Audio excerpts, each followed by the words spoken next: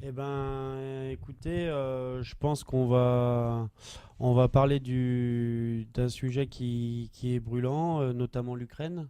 Hein, Oui, oui, je ouais. pense que l'Ukraine, c'est au même titre que la Syrie, hein, mais je pense que l'Ukraine, malheureusement, c'est en Europe. Du coup, ça parle peut-être un peu plus à des gens qui seraient susceptibles de nous écouter. Donc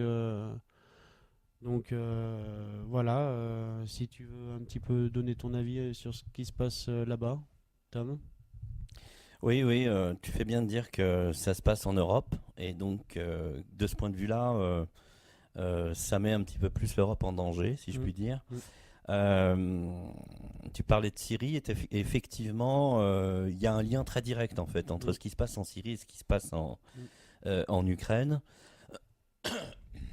En fait, il y a quelque temps, nos chères autorités françaises ont mm, reconnu avoir fourni des armes à ce qu'ils appellent des rebelles modérés qui, avec toutes les vidéos qui circulent sur Internet par l'intermédiaire de civils syriens, qui transmettent donc des vidéos qui circulent parmi les djihadistes, parce que ça reste des djihadistes hein, quand même. Hein. Euh, on voit que ces rebelles modérés sont en fait des terroristes hein, qui égorgent, qui tuent. Et le problème, c'est que en Europe, on a des médias qui nous disent l'inverse. mm. Et ils nous disent exactement l'inverse également, pratiquement concernant l'Ukraine.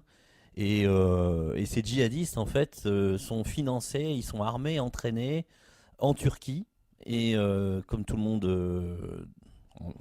le sait, Mm. ou en tout cas Il un devrait le certain nombre savoir. devraient le savoir, Mm, la Turquie est membre intégré de l'OTAN. mm, C'est un membre à part entière qui peut à tout moment faire valoir l'article 5 de l'Alliance Atlantique quant mhm. à l'intervention des autres membres pour prendre sa défense en cas d'agression militaire d'une puissance étrangère à l'OTAN. Donc ça veut dire que la Turquie fait sur son territoire des choses qui ne peuvent pas échapper à la première puissance de l'OTAN qui est les États-Unis. Et des rumeurs persistantes indiquent que les États-Unis ont financé, armé et entraîné et même drive en direct sur le terrain les terroristes du Daesh. Le fameux terroriste du Daesh qu'on appelle ISIS, ISIL, IL, et qui aurait formé un pseudo-État islamique.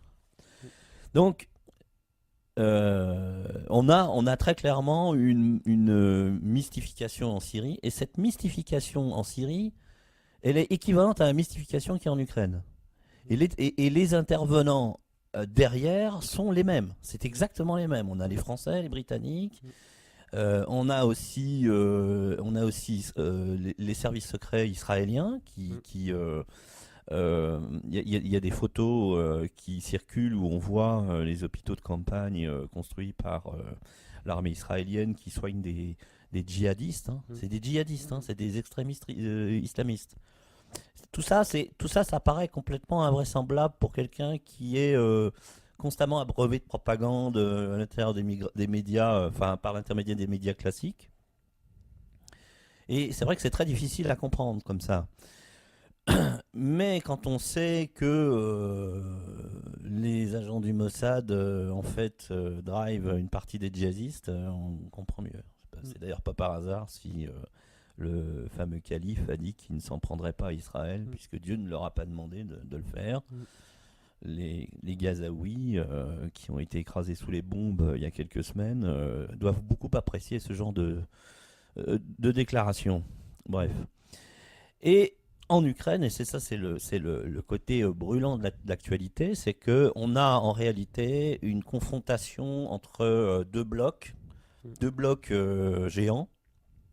D'un côté, on a euh, les États-Unis et l'Europe, mm, sachant que l'Europe ici joue le rôle plus ou moins de proxy. Hein, c'est un petit peu le porte-avions de l'OTAN contre la Russie. mm, Et l'autre morceau, l'autre bloc, c'est la Russie et la Chine. Ouais.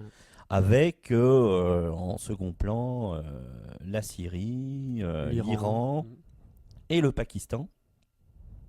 Savoir aussi, il faut savoir qu'il y a aussi une faiblesse du côté de l'Inde, parce que il y a évidemment un conflit permanent qui existe depuis des années entre le Pakistan et l'Inde à propos du Cachemire, et que les États-Unis, les services secrets américains, la CIA peut très bien en fait essayer d'utiliser l'Inde contre le Pakistan pour en fait déclencher ce qu'on appelle un front secondaire vis-à-vis de la Chine, qui commence à être enclavé par les États-Unis pour l'empêcher d'avoir accès facilement à ses ressources pétrolières et gazières.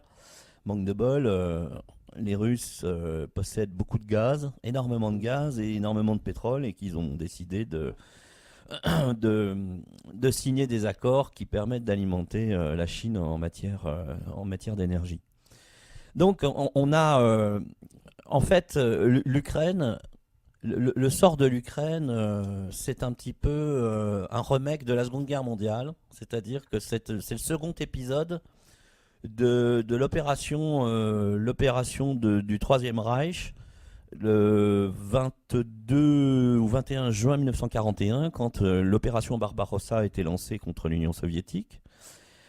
L'objectif, c'était d'écraser l'Union soviétique, hein, et d'accéder aux puits de pétrole du Caucase, puisque les puits de pétrole en fait roumains ne suffisaient pas à la machine de guerre allemande, qui a été copieusement financée par un certain nombre de banquiers et d'affairistes américains. C'est pas par hasard si à la fin de la guerre d'ailleurs, il y a eu l'opération Paperclip avec l'exfiltration des nazis. Ils sont tous partis là-bas. Hein. Il n'y avait pas eu que von Braun qui a participé au programme de fuséologie américain qui a permis d'envoyer un homme sur la Lune. Alors, il y en a qui disent qu'il n'y est pas allé, il y en a qui disent qu'il y est allé, il y en a qui disent que ça a été filmé en studio. Il n'a jamais promis en tout cas. Hein. Ouais. Il n'a jamais juré. Hein. Ouais, il n'a jamais juré sur la Bible, ouais. C'est Nels Armstrong, hein. C'est Armstrong en tout cas, son nom c'est Armstrong. La mémoire, quelquefois, me fait perdre quelques informations. Donc la situation en Ukraine est en fait le débouché de la défaite de l'Allemagne nazie contre l'Union soviétique suite à l'opération de Barbarossa. Et cette opération allemande, en fait, c'était déjà un proxy américain pour essayer d'anéantir une puissance. À l'époque, l'Union soviétique était un géant sur le plan géographique, hein. Il suffit de regarder le globe et de se rendre compte à quel point le pays est immense. Il avait déjà des richesses minérales connues. Et donc c'était une menace pour Wall Street, c'était une menace pour la City de Londres, hein, qui a toujours d'ailleurs, la City de Londres a toujours manigancé des saloperies, des coups d'État, des révoltes, des guerres, tout ça pour justement garder sa suprématie sur l'ensemble de la planète. Hein. C'est pas par hasard que jusqu'à la Seconde Guerre mondiale, l'Empire britannique était le premier empire de la planète. La fameuse Pax Britannica. Et puis les États-Unis ont repris le dessus. C'est pas tant que les Britanniques ont perdu, que la City a perdu son influence, c'est simplement que les affairistes, les financiers de la City ont pris beaucoup de parts dans Wall Street, et qu'en fait ils sont devenus prépondérants aux États-Unis. Tout ça, c'est une affaire de richesse, de finance et de suprématie militaire et économique sur la planète. Et donc, l'Union soviétique a résisté jusqu'en 1991 au bloc occidental. Les populations occidentales ont été abreuvées de choses très alléchantes qui étaient surtout destinées en fait aux gens qui vivaient de l'autre côté du mur, parce qu'évidemment, ils étaient quand même, d'une certaine manière, en manque de produits de consommation, etc. Et puis dès que 1991 est arrivé, c'est-à-dire la chute de l'Union soviétique, les gens qui avaient utilisé cette espèce d'argument de séduction se sont dit, bon, bah, c'est plus la peine. Hein, voilà. L'Union soviétique s'est effondrée, le mur de Berlin est tombé, le mur de fer aussi. Donc maintenant, on peut aller franco dans notre projet de d'installation de la suprématie américaine, anglo-saxonne sur l'ensemble de la planète. Et puis, depuis 1991, il y a eu des mouvements de foule, hein, comme on dit. Et puis, il y a eu Yeltsin, hein, Boris Yeltsin, qui a entériné la mainmise des États-Unis sur la Russie, sur le plan en particulier des richesses. Des richesses minérales, etc. Donc le pétrole, etc. Il y a eu beaucoup d'oligarques qui s'en sont mis plein les poches. Et puis il y a un certain nombre de Russes quand même qui ne sont pas idiots, hein. Je veux dire, il faut savoir que en Union soviétique, l'éducation, même s'il y avait toujours le KGB qui était derrière vous, à vous surveiller, il y a une chose qu'on ne peut pas enlever à l'Union soviétique, c'est que le niveau d'instruction était très très élevé. Il suffisait de comparer le niveau d'instruction entre les États-Unis et l'Union soviétique, il n'y avait pas photo, hein. C'était l'Union soviétique produisait des intellectuels de très très haut niveau. Donc ça veut dire des gens très cultivés qui étaient en capacité de réfléchir sur la situation dans laquelle leur pays se trouvait. Oui, et puis malgré tout, j'ai envie de dire que c'est des gens qui ont connu la propagande de Staline ou, enfin, c'est des gens qui ont déjà connu des, Ah oui, oui, oui. ils ont connu un matraquage Absolument. médiatique et du coup ils sont plus réfléchis, plus en recul là-dessus. Ouais, absolument. Ouais, non, complètement. Ils ont eu un cerveau qui était déjà en mode système d'alarme quand il s'agissait de propagande, parce qu'ils en avaient subi effectivement de la part de Staline à l'époque, hein. Et, quand ils ont vu arriver toutes ces richesses, etc., ils se sont dit ouais super au début, hein, ils se sont dit ouais super, on va enfin pouvoir profiter de ce que l'Occident nous présente, veut nous vendre. Et le problème, c'est que, et on le voit maintenant aujourd'hui même en Occident, c'est que si t'as pas d'argent, on a beau avoir des choses alléchantes dans les vitrines, tu peux pas les acheter. Donc il y a une frustration qui s'opère de la même manière que cette frustration qui existait, qui était factice finalement, enfin qui était préfabriquée et qui existait derrière le mur de fer. Et mais après Boris Yeltsin, parce que le pauvre Boris Yeltsin à un moment donné avait juste un petit peu un problème d'alcool, hein, et donc ça commençait à aller mal pour sa santé, ce qui fait qu'à un moment donné, il a voulu lâcher le prise du pouvoir, même si les États-Unis derrière faisaient en sorte qu'il le garde. Et puis il s'est rendu compte aussi qu'il y avait une nouvelle garde qui avait tout à fait compris l'état dans lequel se trouvait la Russie à ce moment-là, hein, puisqu'on n'était plus du tout dans l'Union soviétique, on était dans un pays qui était complètement démoli sur le plan économique. Et c'est là qu'est arrivé assez tardivement le couple Medvedev-Poutine. Et là, Poutine... au départ, il a fait celui qui a courbé les chines, tu vois, et il s'est laissé installer au pouvoir, et puis les oligarques, il les a virés les uns après les autres. Et il a sauvé son pays, parce que les oligarques étaient en train de le piller, le pays, hein. Ils étaient en train de faire beaucoup d'argent dessus, et il y avait des gens qui... Il faut se rappeler quand même que quand l'Union soviétique est tombée, il n'y avait plus rien dans les magasins. Déjà, il n'y avait pas grand-chose avant, mais il n'y avait absolument plus rien dans les magasins. Ce qui veut dire que... Et en plus... Les retraites, les indemnisations, maladies, compagnie, tout ça, ça avait sauté puisque l'Union soviétique s'était ruinée. Et donc, heureusement que les Russes avaient, je dirais, une culture de la débrouillardise qui était quand même là. Ça leur a permis de se nourrir pendant un certain nombre d'années grâce aux petits jardins qu'ils avaient et qui cultivaient déjà, si tu veux. Mais là, ils l'ont fait d'une manière plus massive. Parce qu'ils étaient en train de mourir de faim. Donc le pays a tout de suite compris ce que voulait dire en fait l'apport de l'extrême, comment je dirais, l'extrêmement positive, je dirais, idéologie capitaliste. Ça leur a coûté extrêmement cher sur le plan personnel, sur le plan financier, et c'est pour ça qu'à un moment donné, Poutine a reçu autant de soutien de la part des Russes, puisque il a été élu. Je ne sais pas combien de fois. Unanimement. D'une manière assez massive, hein, d'une manière indiscutable, hein, malgré les cris d'orfraie du camp occidental qui disent que la Russie est une dictature.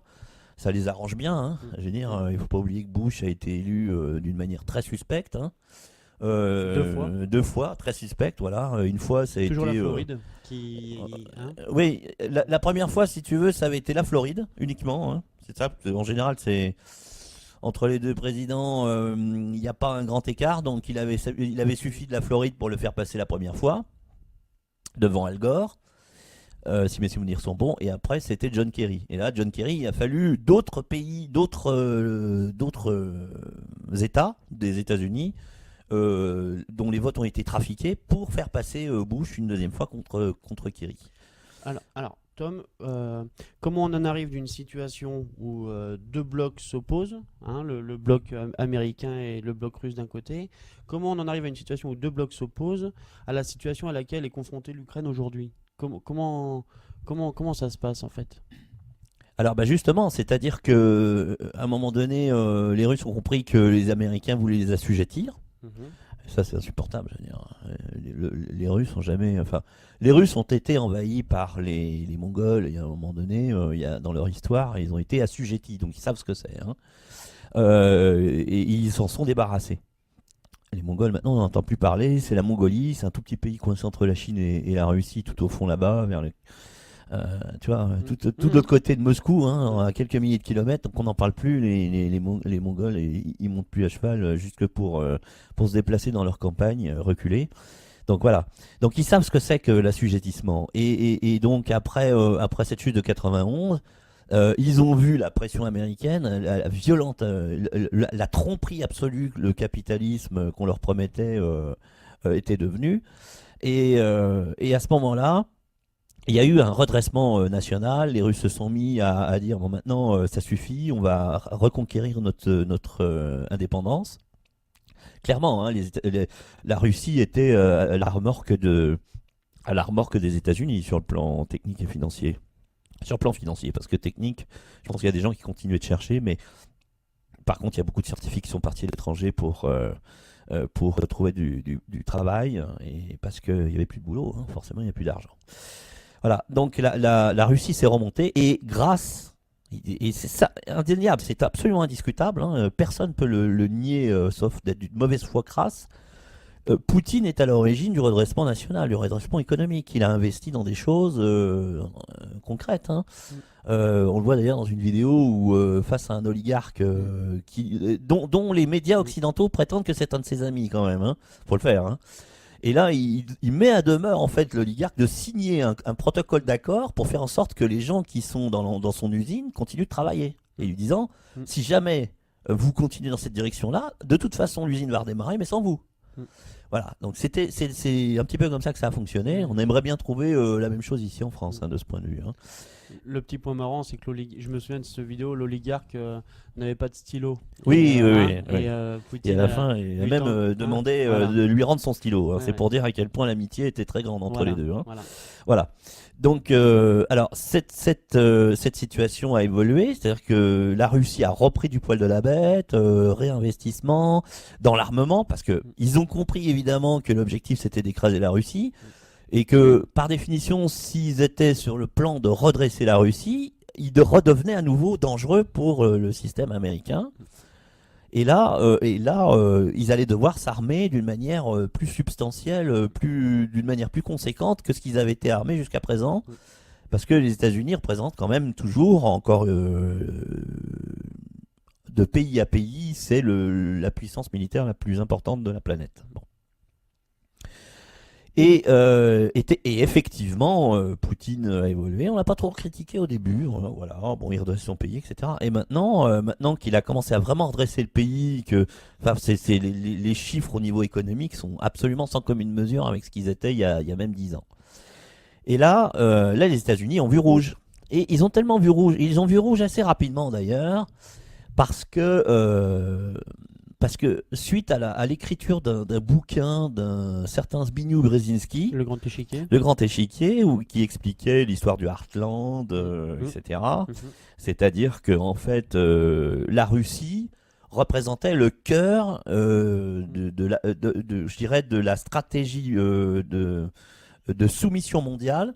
Il fallait maîtriser ce cœur-là, c'est-à-dire la Russie, pour contrôler la totalité de la planète. Mm. Donc ça voulait dire, dans l'esprit de Zbigniew Brzezinski, la destruction de la Russie. Mm. Mais la destruction, c'est pas seulement financière. Ouais. Ce serait financière si la Russie se laissait faire, mais ce serait plutôt militaire si elle avait l'intention de résister.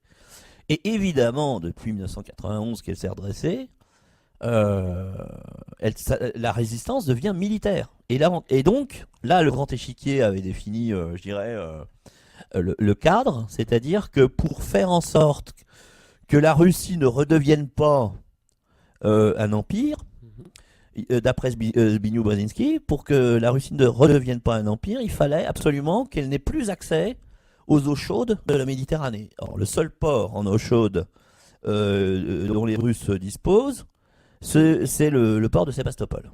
C'est pas par hasard d'ailleurs si les Allemands l'ont écrasé sous les obus pendant la Seconde Guerre mondiale, parce que c'est un point clé d'accès aux eaux chaudes, par l'intermédiaire du Bosphore et des Dardanelles, qui se trouvent en Turquie, et par l'intermédiaire, bien sûr, par une traversée de la mer Noire.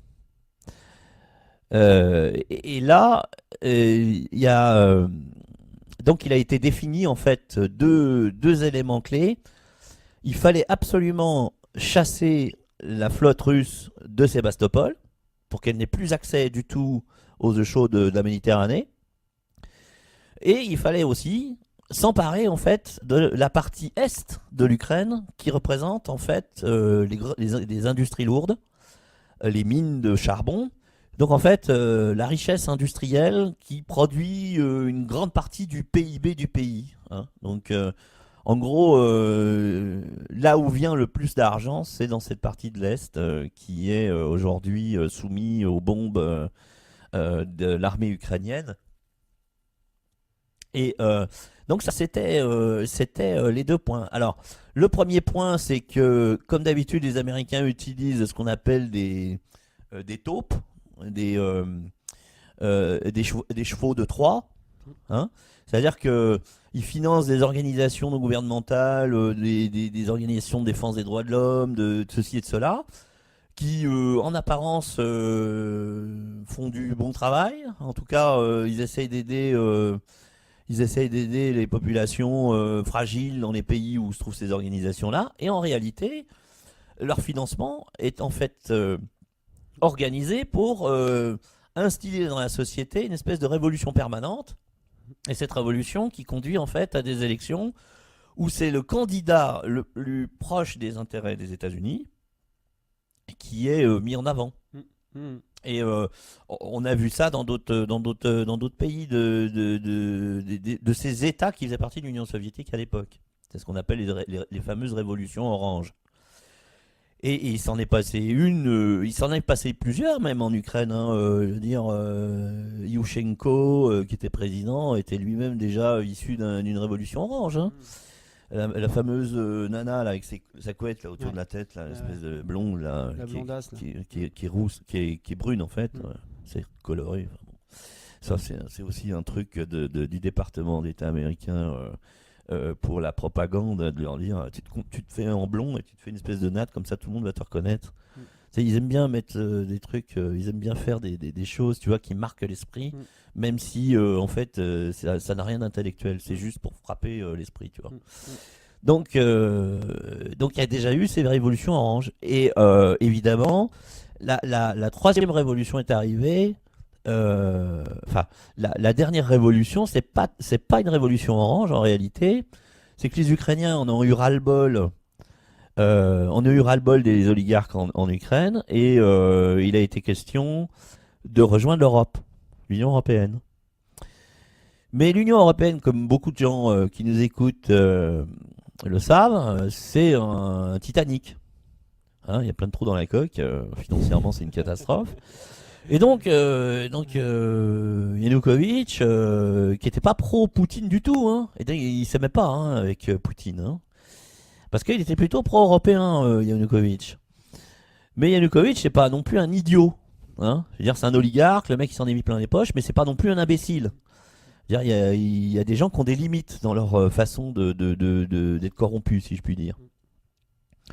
Et là, il a eu une proposition de l'Europe, d'adhésion à l'Europe, et en gros c'était tu nous donnes tes industries, de toute façon pour les 35 milliards, je crois que c'était 35 milliards à l'époque de dettes que tu dois rembourser, on va te filer 1 ou 2 milliards et puis c'est tout. Et nous, en gros, il savait très bien en voyant les accords que son pays allait être pillé.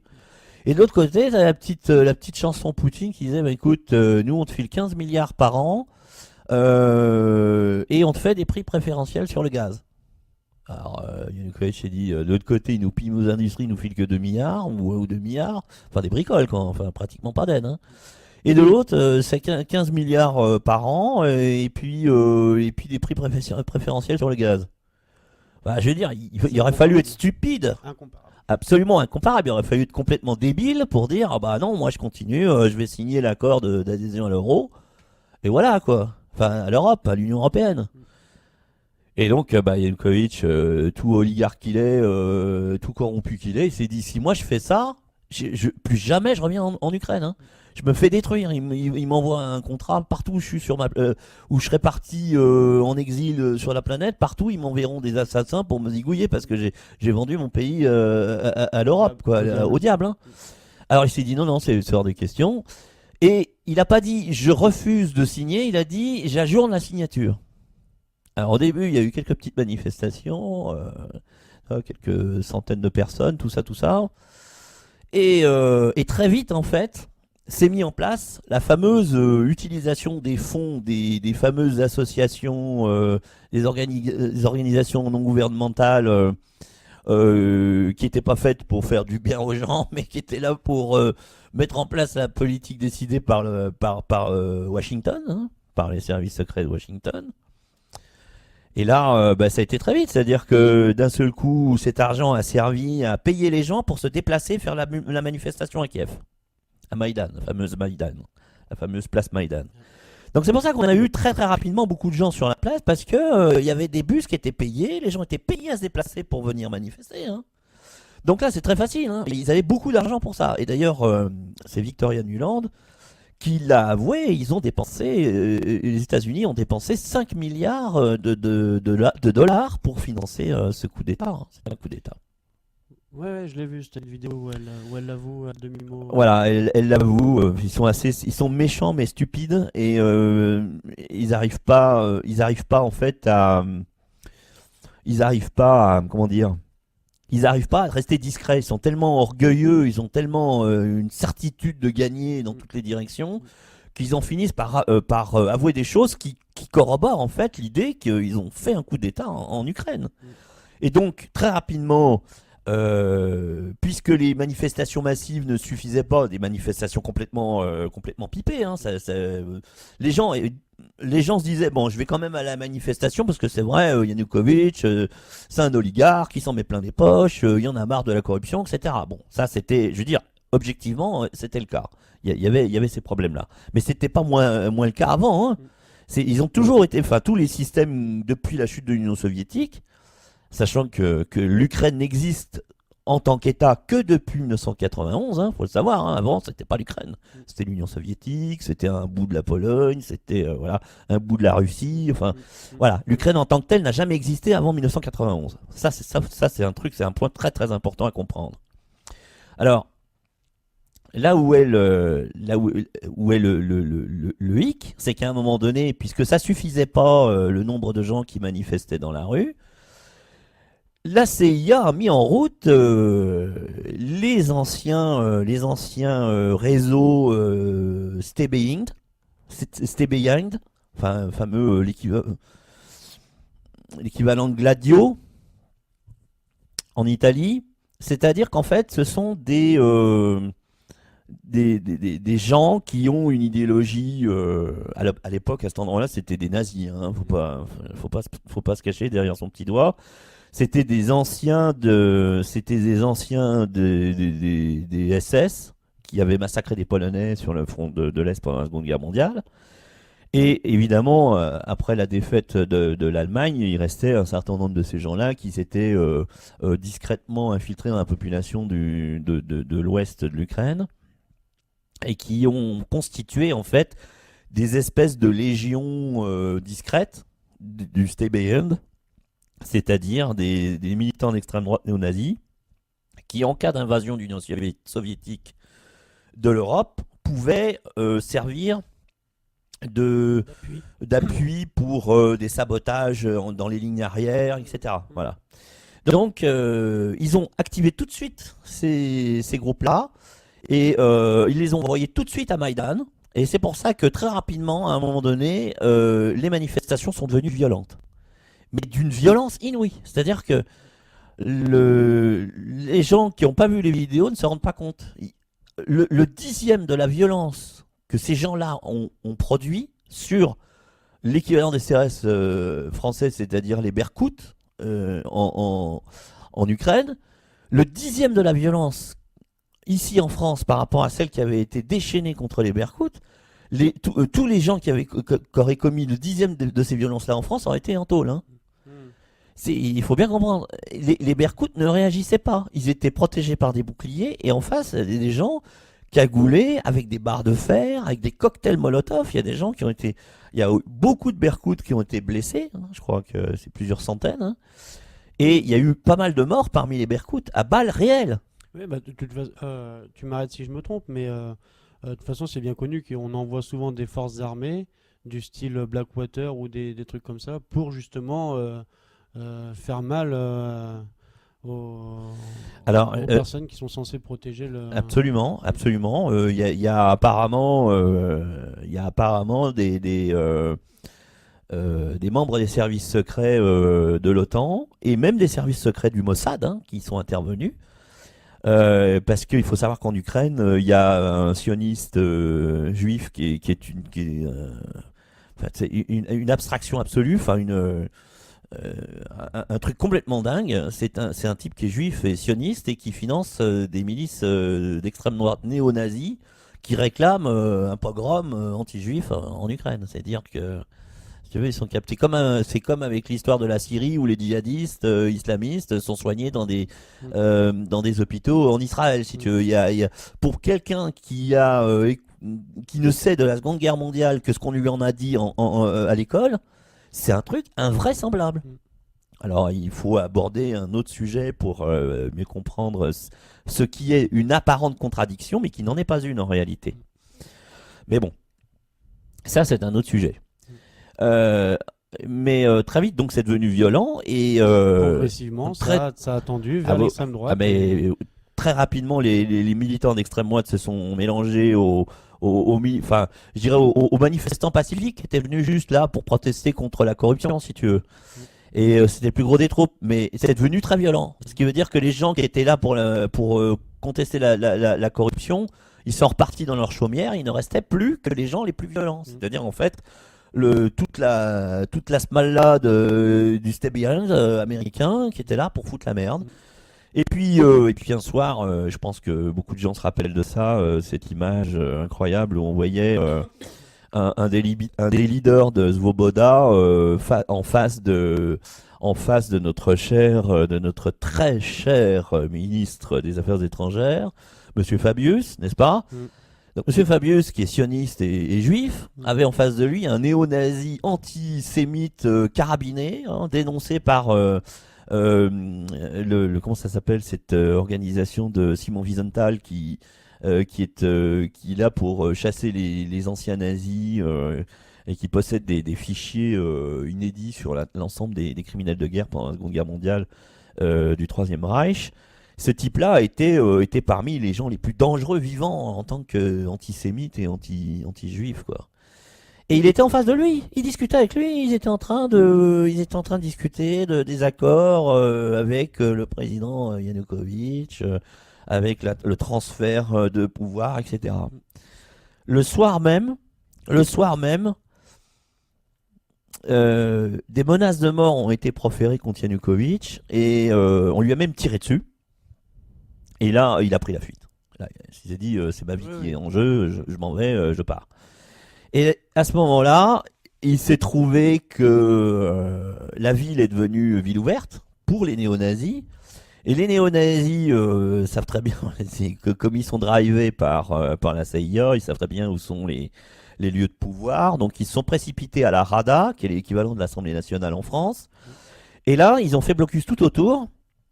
Et il faut savoir que Yanukovych était élu président. avec une majorité de députés je me rappelle plus, une partie des régions. Et une grande partie de ces députés des régions étaient présents. Et les néo-nazis ont menacé de mort les députés s'ils ne votaient pas la destitution de Yanukovych. Alors évidemment, c'était un vote à la rada, mais il faut savoir que ce vote à la rada correspondait à strictement rien de ce qui avait été défini dans la Constitution pour déposer un président en exercice. Hein. C'est-à-dire qu'ils ont violé la Constitution à tous les niveaux. Et là, ils ont mis un néo-nazi, un pro-nazi en tout cas, à la place, hein, entre guillemets, un gouvernement provisoire. Et là, ça a donné les premières mesures, c'est bon bah voilà, officiellement, c'est terminé, on parlera plus le russe en Ukraine. Il y a un bon tiers de l'Ukraine où on ne parle pratiquement que le russe, y compris la Crimée, évidemment. Donc là, c'était une provocation. C'était clairement une provocation. Donc déjà, coup d'État, donc illégal, néo-nazi, gratiné. Troisièmement, on parle plus le russe, c'est fini, c'est interdit. Alors les gens de l'Est, ils se sont dit, c'est quoi ce délire là ? Qui est au pouvoir ? Qui est au pouvoir ? Parce que pour eux, même si c'était le président le plus corrompu, même si c'était le type qui était incompétent, qui avait mené financièrement le pays au bord du gouffre, ça restait le président légitime, qui avait été élu d'une manière régulière, qui avait été reconnu comme étant un président légitime par la communauté internationale, l'expression qu'aime bien utiliser Obama pour faire croire que toutes les nations de la planète sont d'accord avec lui, alors qu'il n'y en a que 3 ou 4 en général. Mais là, c'était clair, c'était acté, il était président, il était légitime. Et donc là, ils se sont dit, attends, ils ont déposé un président légitime, qu'est-ce qu'ils sont en train de nous faire à l'Ouest là ? Et donc ils se sont dit, non, nous on reconnaît pas ces gens-là, ils sont arrivés au pouvoir d'une manière illégale, nous on va organiser notre référendum. Ah bah là... Référendum non reconnu d'ailleurs. Eh ben oui. Eh ben oui, ils ont menacé. Alors il y a eu des milices néo-nazis qui sont arrivées dans l'Ouest et puis qui ont commencé à matraquer des gens, à tuer des gens dans la rue. Parce qu'ils avaient organisé un référendum. Il y a une séquence vidéo où il y avait un bureau de vote, les gens étaient prêts à aller voter, puis d'un seul coup il y a 5-6 néo-nazis armés jusqu'aux dents qui arrivent, et ils disent non, vous rentrez plus. Et le mec il dit mais attendez, on fait ce qu'on veut là. Non, vous rentrez plus. Et ils ont tiré, il y a eu 2 morts. Hein. Il y a eu 2 morts. Donc là, qu'est-ce qui s'est passé ? La population de l'Est, ils se sont dit, ok, d'accord. C'est un coup d'État violent. Ils utilisent des types qui sont les descendants fidèles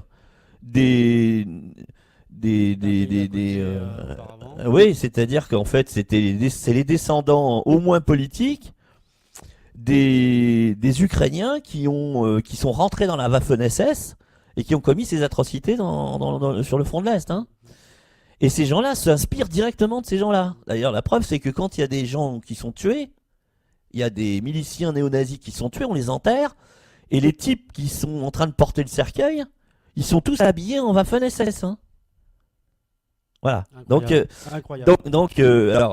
Mais bon, il paraît qu'il n'y en a pas. BHL dit qu'il n'y a pas d'extrême droite, il n'y a pas de néo-nazis en Ukraine. Et après, évidemment. On parle des droits de l'homme. Hein. Ah oui, non, mais là c'est du grand n'importe quoi. Hein. Et là, effectivement, les populations de l'Est se sont dit non, on peut pas accepter ça, quoi. On peut pas, c'est pas possible. Donc ils ont fait leur référendum.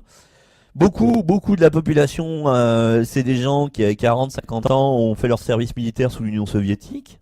Donc ils savent se servir d'une arme. Et puis il y avait des stocks d'armes. Donc ils ont commencé à s'armer avec les stocks d'armes qui existaient dans l'Est. Ils ont pris d'assaut les stocks d'armes.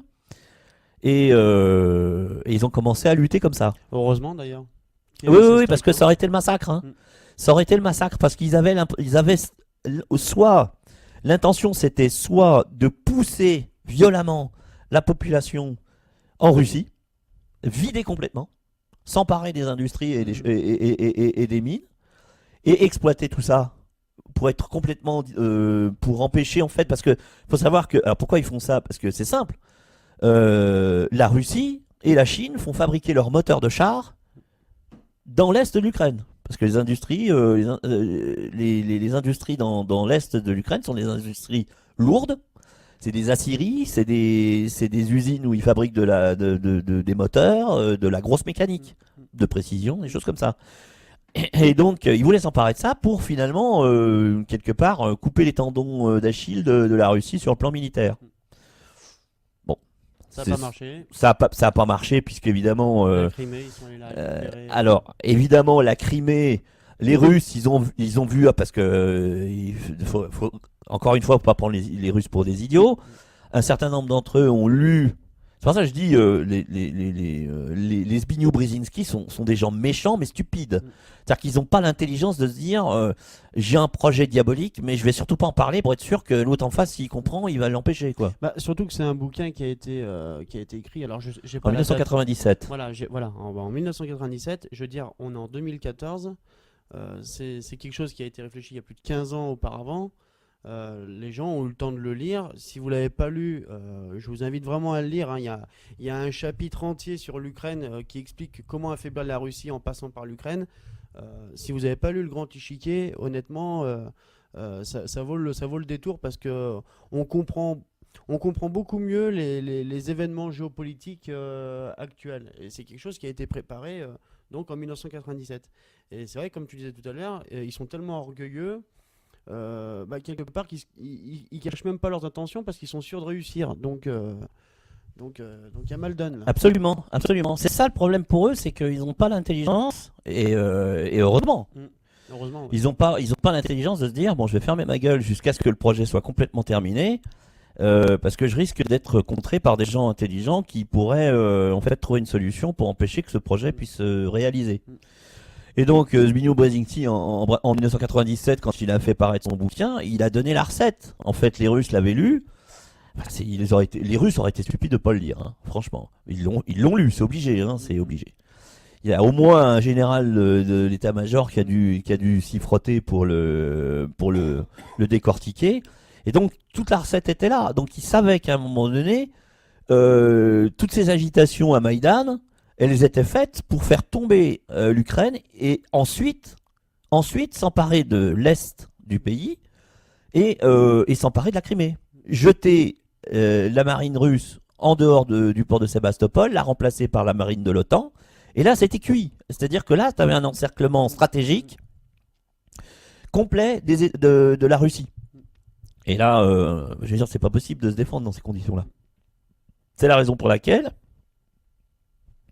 Poutine n'a pas transigé. La Crimée, c'était pas possible. Ouais, il a pas fait de sentiment. Non, il n'a pas fait de sentiment là. Il savait qu'en face, ils en avaient pas du tout et qu'il n'y avait aucune raison que lui fasse des sentiments. Et sa position était peut-être illégitime sur le plan du droit international, mais elle était légitime sur le plan historique. Et sur le plan humanitaire aussi. Sur le plan humanitaire, puisque probablement qu'ils auraient massacré aussi de la population en Crimée si la Crimée n'avait pas été intégrée à la Russie. C'est malheureusement ça, c'est-à-dire que il s'est dit là, on doit garder ce port. Ça fait 300 ans que les Russes ont une base navale à Sébastopol. C'est impossible d'imaginer que l'OTAN vienne foutre ses pieds ici. L'OTAN, on est à... Il suffit de regarder un globe, quoi. Je veux dire, qu'est-ce que fout l'OTAN ici? C'est clair, qu'est-ce que vient foutre l'OTAN à Sébastopol? Ça n'a pas de sens.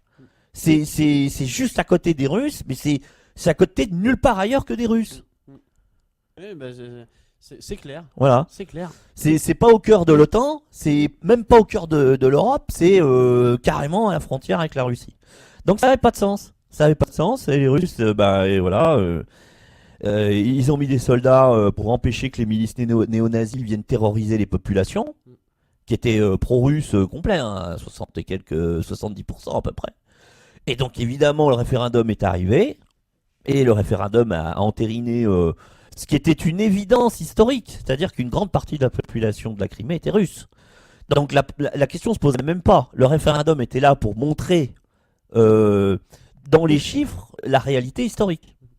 Donc la Crimée a été ensuite introduite en Russie, elle a été rattachée à la Russie.